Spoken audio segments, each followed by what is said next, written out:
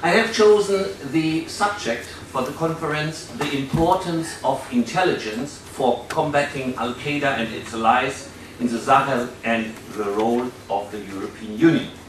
Sitting in panel 2, I will focus on the European perspective of this threat, introducing the EU Intelligence Analysis Center, and at the end I will give some recommendations. The threat situation, and Steffi, please excuse that I will use the term AKIM, but I fully agree with the content you have said. So the fight against terrorism remains a top priority of the European Union. One of the overseas threats to EU member states, especially to France, Italy and Spain, continues to emanate from Al-Qaeda in the Islamic Maghreb, AKIM. At present, AKIM is the largest of the active Islamic terrorist groups, concentrating its activities especially on Algeria and Mali, but also on other North and West African states. Also, it seems that AKIM does not have sufficient organizational capabilities to carry out a large-scale attacks in the European Union. It remains able to target EU interests in the Maghreb and in the Sahel region. EU citizens are at particular risk of being kidnapped by AKIM in the Sahel region. In the last 4 months, it could be observed that AKIM has built up closer relations to other terror groups like Mujahid, Ansaru, Boko Haram in Nigeria, and Al-Shabaab in Somalia. Some of the top leaders were killed in the French Operation Ce.S.I. Out of 1,500 jihadist fighters in North Mali, 350 were killed, 100 wounded, 100 arrested, 300 deserted and returned to their families.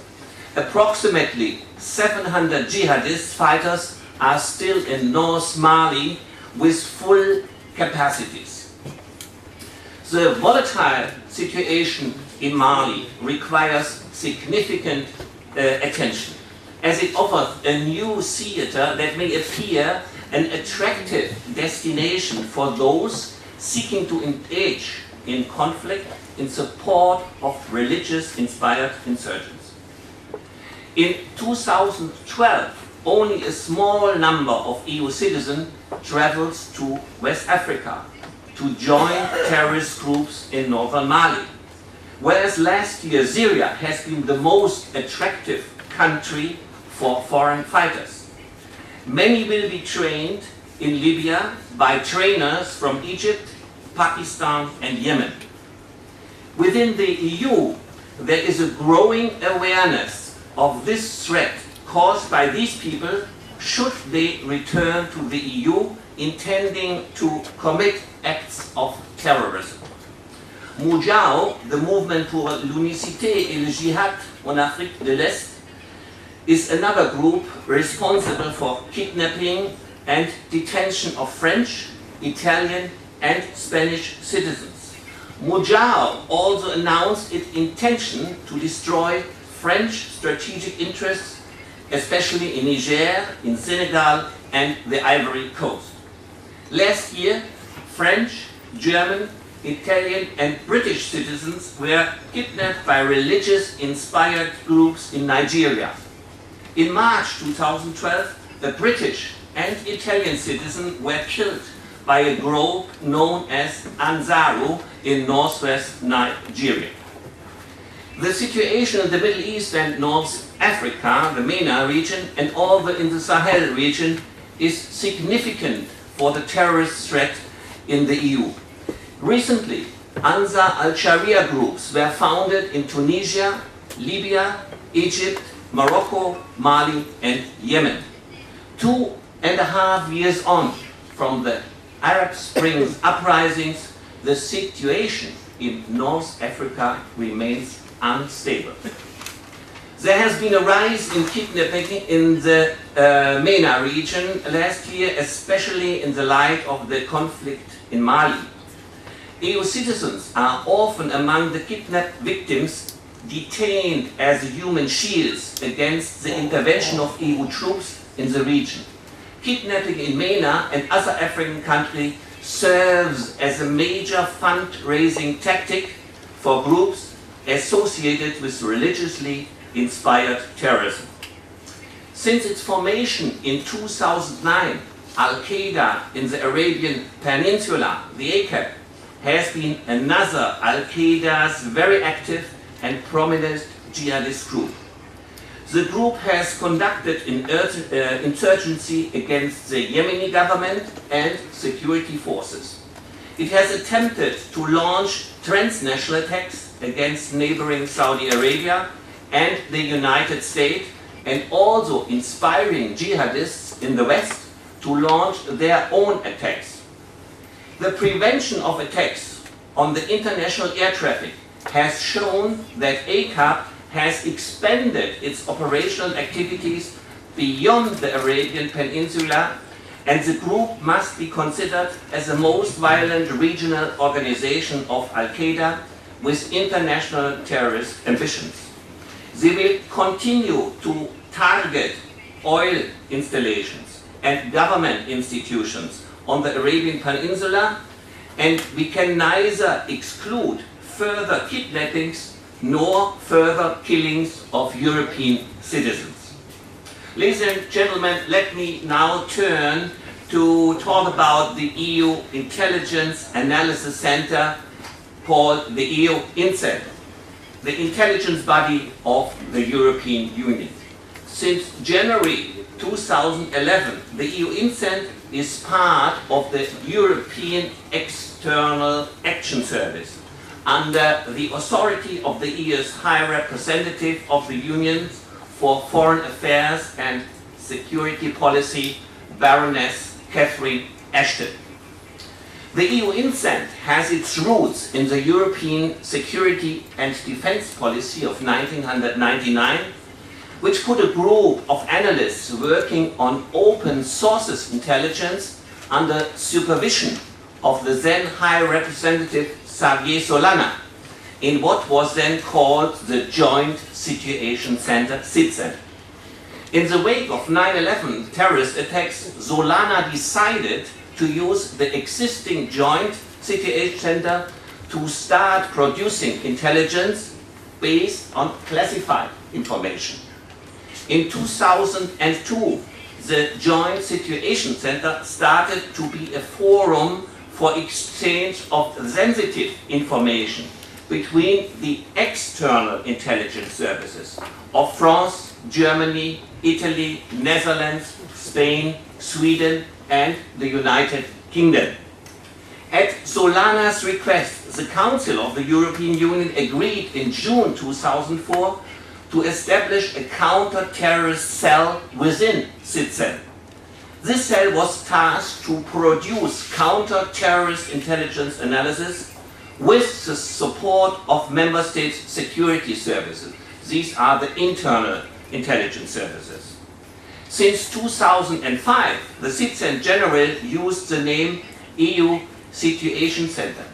In 2012, last year, it was officially renamed European Union Intelligence Analysis Center, EU INCENT. The mission of the EU INCENT is to provide intelligence analysis, early warning and situational awareness to the High Representative Catherine Ashton and to the European Action Service, to the various EU decision makers, bodies in the fields of common security and foreign policy and the common security and defense policy and counter-terrorism, as well as to all EU member states.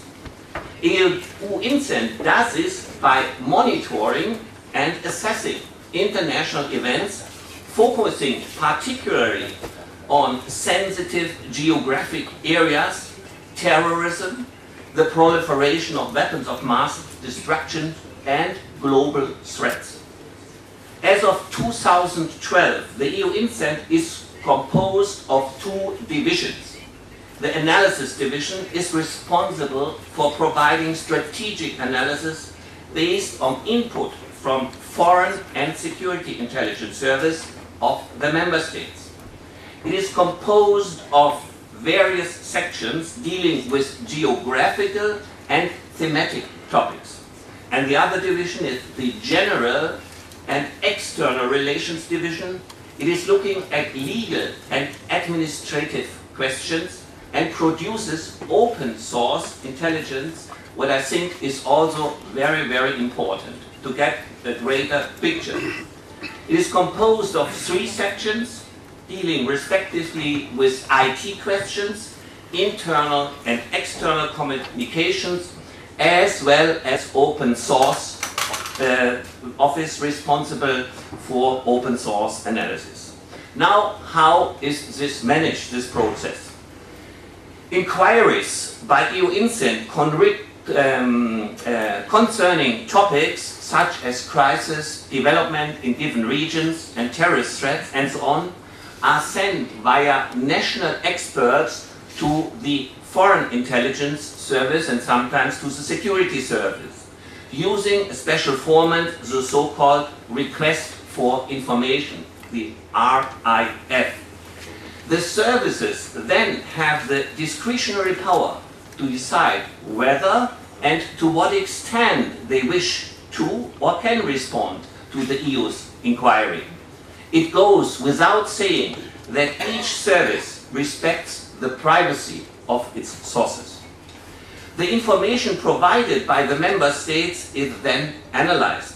This analysis is made available to EU decision makers and all EU member states following the approval of the member states. Since 2007, the EU INCENT is part of a single intelligence analysis capacity, SIAC, which combines civilian intelligence from the EU INCENT and also military intelligence from the MS Intelligence Directorate. In the framework of SIAC, both civilian and military contributes are used to produce all sources intelligence assessments. So, ladies and gentlemen, this modus has the following advantages. Intelligence information from different intelligence and security services with different capacities is merged. The overall knowledge basis is extended. The perceived threat is uniformly monitored, and the common analysis process is fostered, and joint political decisions are supported. The EU INCENT maintains further ties with the European Union Satellite Center in Torrejón in Spain. This organization is an agency of the Council of the European Union, which gathers information through satellite images to help the EU prevent conflicts and provide humanitarian aid. The EU INCENT cooperates also with the European Police Organization in The Hague. This is a European law enforcement organization that handles criminal intelligence. Its aim is to improve the effectiveness and cooperation between the competent authorities of the member states. The European Union has also an institute in Paris. It's a strategic institute, and it researches and debates security issues and engages in dialogue also with other non-EU members like Canada and the United States.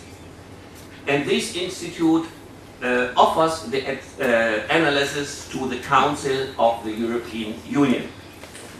The EU INCENT is also in touch with all the foreign ministries of the EU member states, because from there they can also get some information.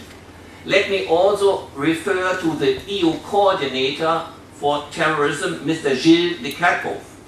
In his functions, he coordinates the work of the Council in the field of counterterrorism, maintains an overview of all instruments at the Union's level. And let me say, at first class, intelligence requires special protection. European intelligence services have set up special means of informing the High Representative for the Common Foreign and Security Policy, Mrs. Ashton. The present director of the EU is a Finn, Ilkka Sami.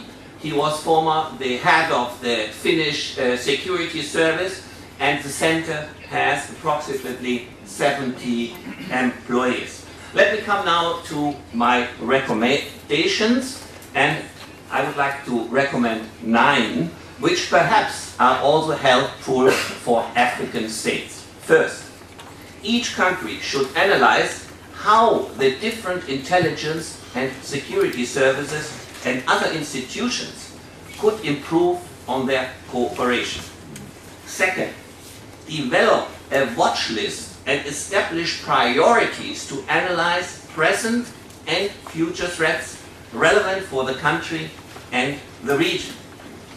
Third, open source intelligence, OSINT, could strengthen the knowledge base. Fourth, bundling information could be a key to success. Fifth, analyze internet websites, email traffic, and other means of communication of potential terrorists. Sixth, improve the information sharing between African states, the European Union, and other states, mainly with the foreign intelligence and security services. 7. Use the regional expertise on terrorism to trade information with foreign services. 8. Continue to expand the UFL, Unité de Fusion et de Liaison, as a model for other sub-regions in Africa. And last, as a vision and a question, should African states set up an intelligence center similar to the EU Intelligence Analysis Center? Due to the limited time for my statement, I will stop here, and perhaps later we can also discuss the challenges in the future combating Al-Qaeda and other terrorist organizations in the Sahel and in other parts of the world. Thank you very much for your attention.